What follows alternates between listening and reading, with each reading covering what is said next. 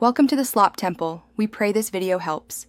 You begin by picking a reliable VPN that lists Brazil servers. This matters for speed and legal routing.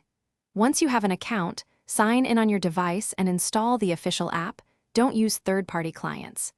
Make sure your operating system is updated and that no other VPN is running, because conflicts slow or block connections.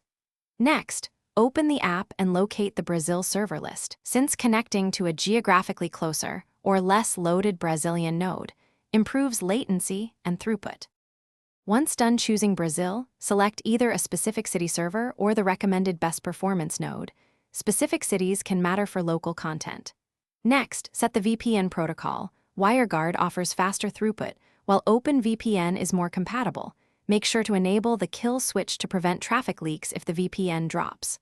Also, change DNS to the VPN's provided DNS so requests don't leak to your ISP.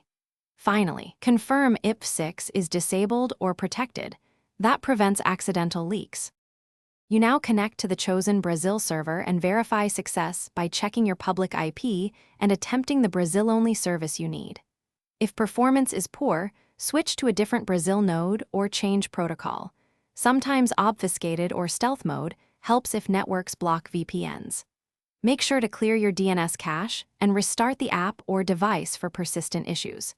If problems persist, collect the app logs and contact provider support.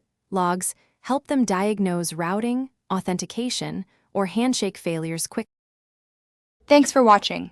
Consider subscribing if we helped you.